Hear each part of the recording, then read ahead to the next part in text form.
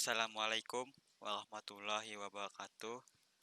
Perkenalkan, nama saya Muhlis dari 11 Teknik Komputer dan Jaringan B, Sekolah SMKN Negeri 2 Banjarmasin. Video kali ini saya akan membahas definisi komunikasi. Pengertian komunikasi.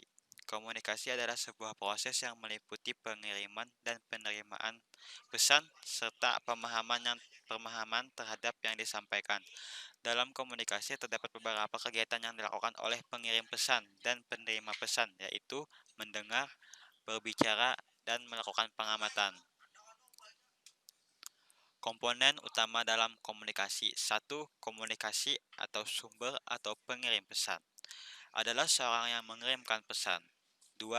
Pesan adalah informasi yang akan kita kirimkan kepada penerima pesan atau khalayak sasaran.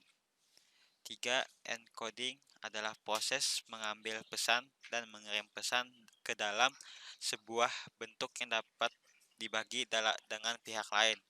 Orang yang melakukan encode disebut dengan encoder. 4. Media atau saluran komunikasi. Channel adalah media atau berbagai media yang kita gunakan untuk mengirimkan pesan. 5. Decoding terjadi ketika komunikat atau penerima pesan atau khalayak ramai menerima pesan yang telah dikirimkan.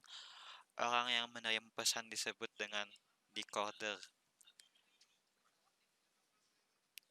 Yang keenam, communicate atau penerima pesan. Ketika komunikat atau penerima pesan menerima sebuah pesan, maka ia akan menafsirkan pesan dan memberikan makna terhadap pesan yang diterima. 7. Umpan balik atau feedback. Apapun media atau saluran komunikasi yang digunakan untuk mengirim pesan, kita dapat menggunakan umpan balik untuk membantu kita menentukan sukses tidaknya komunikasi yang kita lakukan. Kedelapan, konteks. Yang dimaksud dengan konteks dalam proses komunikasi adalah situasi di mana kita melakukan komunikasi. Sebuah konteks dapat membantu menentukan gaya kita berkomunikasi. Dan yang terakhir, kesembilan, gangguan atau noise. Dalam proses komunikasi, gangguan dapat berupa segala sesuatu yang dapat mengganggu dalam proses penerimaan, penafsiran, atau penyediaan umpan balik tentang sebuah pesan. Elemen komunikasi data.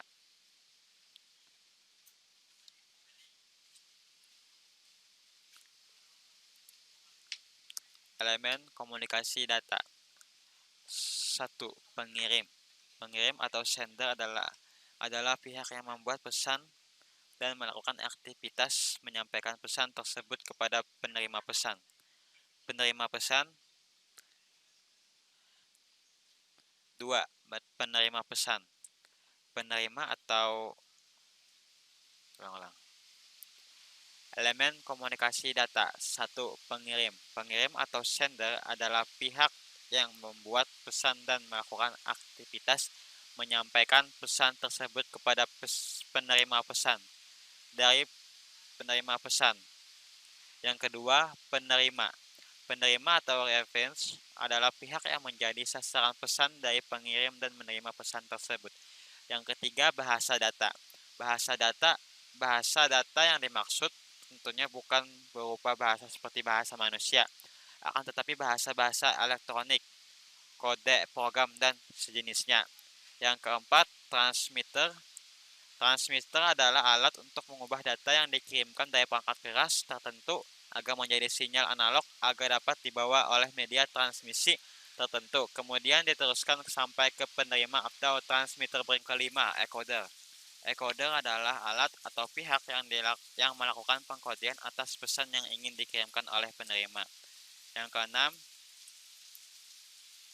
decoder. Decoder adalah alat atau pihak yang melakukan pembacaan kode atau simbol atas pesan yang ingin dikirimkan oleh penerima. Yang ketujuh, media transmisi. Media transmisi adalah sarana atau perangkat yang digunakan untuk mengirimkan data dari pengirim kepada penerima. Yang kedelapan, Protokol. Protokol dapat disebut sebagai sebuah alamat yang dituju pada penerima pesan dan sebaliknya. Sejarah perkembangan teknologi komunikasi.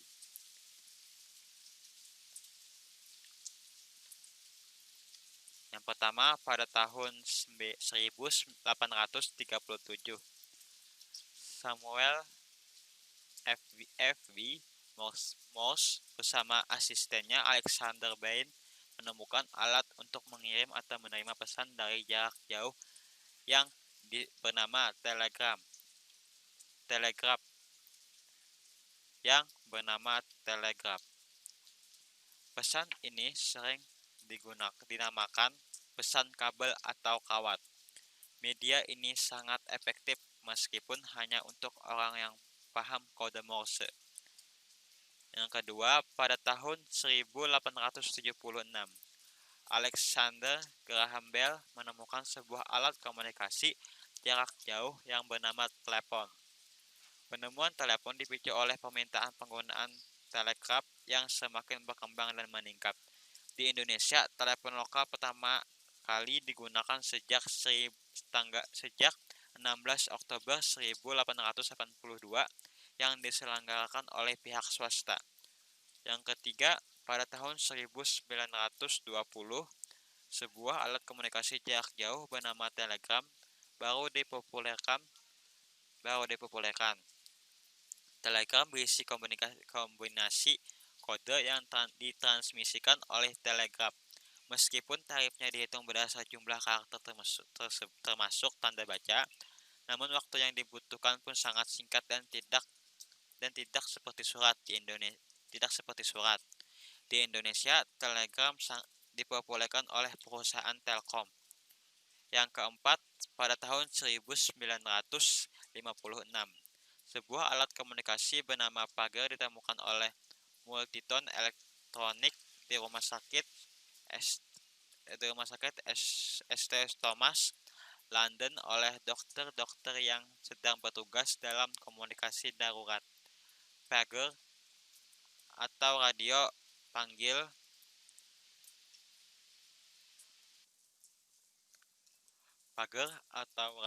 panggil merupakan alat telekomunikasi untuk menyampaikan dan menerima pesan pendek. Yang kelima, pada tahun 1960, sebuah sarana mengirim surat melalui jaringan komputer yang bernama email ditemukan. Saat itu internet belum terbentuk, tetapi surat terkirim melalui jaringan yang berbentuk dari kumpulan mainframe pada tahun 1980-an, email mulai bisa dipakai oleh umum. Yang keenam, pada tahun 1969, rangkaian yang berbentuk internet diawali sebagai ARPANET. Rangkaian ini dibangun oleh ARPA, Unit States Department of Defense Advanced Research Project Agency. Pada tahun 1983, ARPANET menukar protokol rangkaian pusatnya dari NGP ke TCP atau IP, yang merupakan awal dari internet yang kita kenal. Yang ketujuh, pada tahun 1973, Martin Kohler dari Motorola Corp menemukan sebuah alat komunikasi yang bernama telepon genggam atau handphone. Telepon ini kemudian dikenal sebagai telepon genggam generasi pertama atau 1G. Dari model inilah kemudian muncul telepon genggam berikutnya.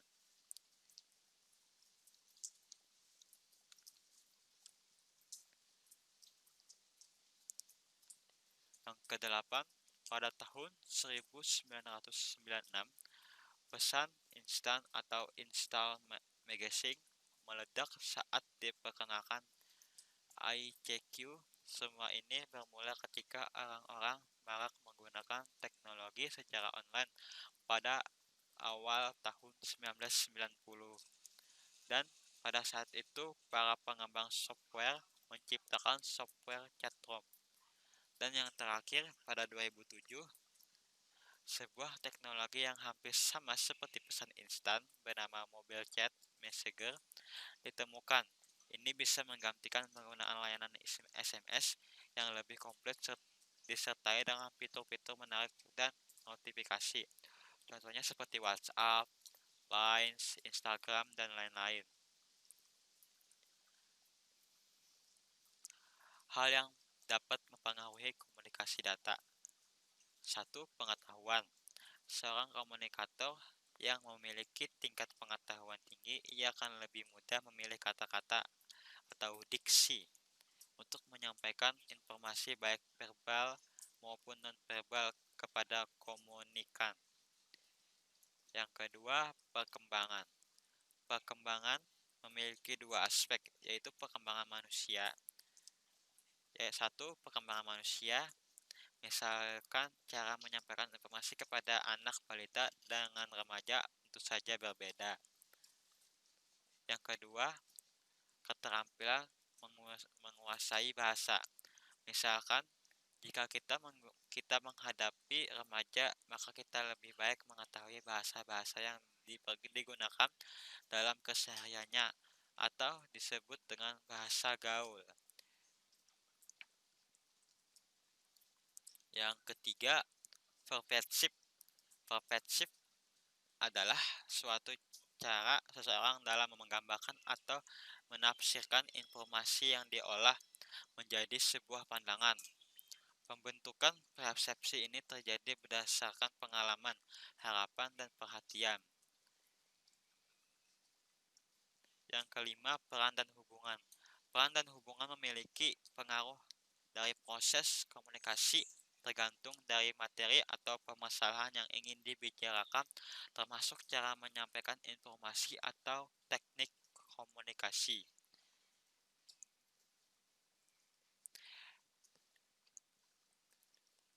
Yang kelima, lingkungan. Lingkungan yang nyaman dan kondusif biasanya dapat berpengaruh baik terdapat proses komunikasi. Adapun faktor yang mempengaruhi lingkungan adalah sebagai berikut. 1. Nilai dan budaya atau adat. Yang kedua, stimulasi eksternal. Dan yang ketiga, jarak. Yang keenam, emosi. Emosi adalah reaksi seseorang dalam menghadapi suatu kejadian tertentu. Ketujuh, kondisi fisik. Kondisi fisik semua indera memiliki fungsi-fungsi yang digunakan dalam kelangsungan komunikasi. Dan yang terakhir, jenis kelamin.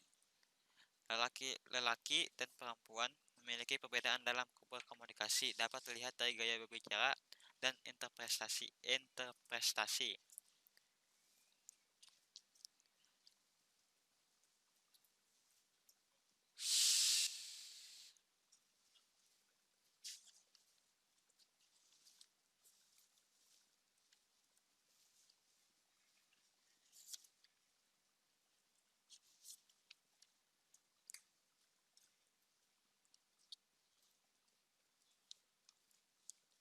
Sinyal digital dan sinyal analog. Apa yang dimaksud dengan sinyal digital dan sinyal analog? Pertama, sinyal digital. Sinyal digital merupakan hasil teknologi yang dapat mengubah sinyal menjadi kombinasi urutan bilangan 0 dan 1, juga dengan biner, sehingga tidak mudah terpengaruh oleh derau atau draw. Proses informasinya pun mudah, cepat, dan akurat. Tetapi transmisi dengan isyarat digital hanya mencapai jarak jangkau pengiriman data yang relatif dekat. Biasanya isyarat ini juga dikenal dengan isyarat diskret. Yang kedua, sinyal analog. Sinyal analog adalah sinyal dalam bentuk gelombang atau kontinu yang membawa informasi dengan mengubah karakteristik gelombang. Isyarat analog biasanya dinyatakan dengan gelombang sinus. Mengingat gelombang sinus merupakan dasar untuk semua bentuk isyarat analog. Dengan menggunakan sinyal analog, maka jangkauan transmisi data cepat mencapai jarak yang jauh, tetapi sinyal ini mudah terpengaruh oleh noise atau gangguan.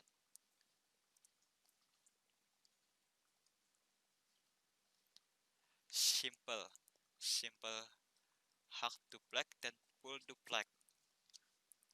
Simple, simple adalah salah satu bentuk komunikasi antar dua belah pihak atau di mana. Simplex, simplex adalah salah satu bentuk komunikasi antar dua belah pihak, di mana sinyal-sinyal dikirimkan secara satu arah. Transmisi secara simplex terjadi di dalam beberapa teknologi komunikasi seperti siaran televisi dan siaran radio. Half duplex. Half duplex merupakan sebuah mode komunikasi di mana data dapat ditransmisikan atau diterima secara dua arah, tetapi tidak didapat secara bersama-sama. Contoh paling sederhana adalah walkie-talkie.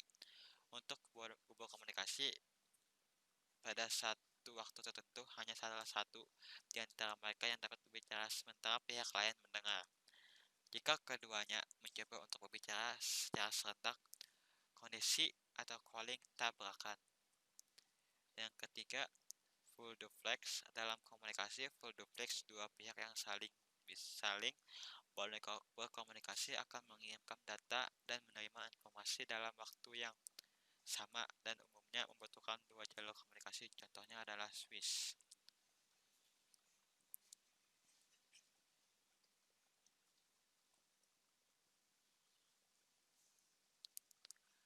Apa yang dimaksud transmisi serial dan transmisi paralel? Apa yang dimaksud dengan transmisi serial? Transmisi serial adalah transmisi data di mana dalam suatu satuan waktu hanya satu bit yang disalurkan.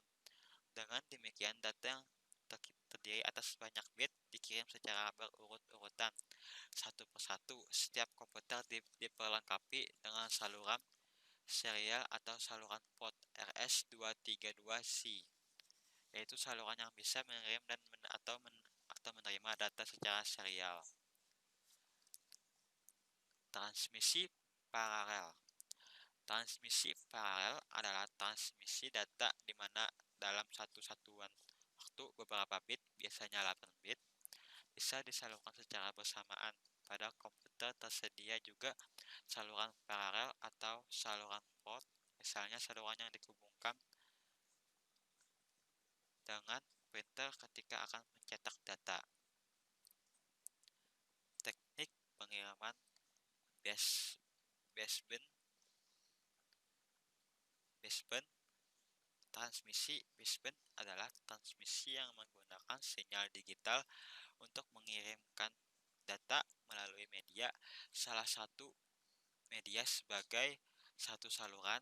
Dalam teknik ini, sinyal satu mengambil saluran bandwidth media jaringan untuk transmisi.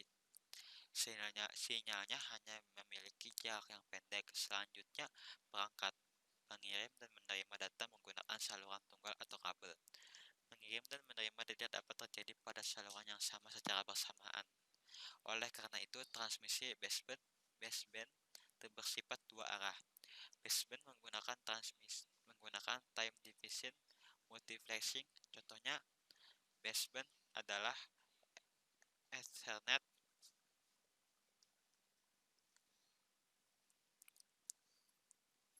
Kedua, teknik pengiriman broadband. Transmisi broadband adalah transmisi yang mengirim data menggunakan sinyal analog yang dapat menempuh jarak jauh tanpa banyak redaman. Dalam transmisi broadband dimungkinkan secara bersamaan melalui berbagai frekuensi yang berbeda. Tipe transmisi ini searah. Dengan kata lain, pengiriman data hanya terjadi satu arah atau pengiriman data hanya terjadi satu arah pada satu waktu. Oleh karena itu, transmisi broadband ini hanya dapat mengirim atau menerima, tetapi tidak dapat melakukan keduanya secara bersamaan. Broadband adalah teknik transmisi data yang mentransmisikan lebih dari satu data bersama-sama menggunakan isyarat bawah atau sinyal carrier, sehingga data-data tersebut dapat dikirim dengan satu media atau kanal yang sama. Transmisi broadband menggunakan multiplexing divisi frekuensi. Contohnya adalah TV kabel, Wi-Fi, dan komunikasi powerline. Perkembangan generasi jaringan seluler. Yang pertama, 1G adalah teknologi jaringan generasi pertama. Teknologi jaringan pertama ini mengacu pada teknologi yang sudah digunakan pada alat komunikasi seluler alias ponsel. Kedua, 2G. 2G adalah teknologi jaringan yang generasi kedua. Teknologi ini dikembangkan secara komersial pertama kali oleh Radiologia pada 1991. Pada jaringan generasi kedua inilah ponsel berevolusi tidak hanya mendukung teknologi pengiriman pesuara, tetapi juga teks atau yang kemudian dikenal sebagai SMS. Yang ketiga, 3G. Jaringan 3G adalah teknologi jaringan generasi ketiga. Kehadiran jaringan 3G membuat teknologi seluler atau handphone kita kini bisa untuk kirim email lebih cepat, kirim pesan instan, menonton video, bahkan teknologi untuk video call. Yang keempat, 4G adalah teknologi jaringan generasi keempat. Jaringan ini memiliki spektrum yang lebih berbeda dengan 2G dan 3G. Karena hal tersebutlah pengembangan 4G di Indonesia cukup lambat karena penerapannya sedikit berbeda jika dibandingkan dengan operator beralih dari 2G dan ke 3G. Teknologi jaringan 4G sendiri hadir pertama kali pada 14 Desember 2009 lewat operator seluler TeliaSonera di Stockholm dan Oslo. Yang kelima, 5G. 5G adalah teknologi jaringan generasi kelima. Teknologi ini adalah teknologi jaringan seluler yang menggantikan jaringan 4G. Kecepatannya sudah memakai ukuran Gbps bukan Mbps lagi. Karena hal ini, jaringan 5G bakal memiliki pita frekuensi yang lebih lebar sehingga lalu lintas data tidak akan terlalu sibuk seperti jaringan 4G. Terima kasih. Wassalamualaikum warahmatullahi wabarakatuh.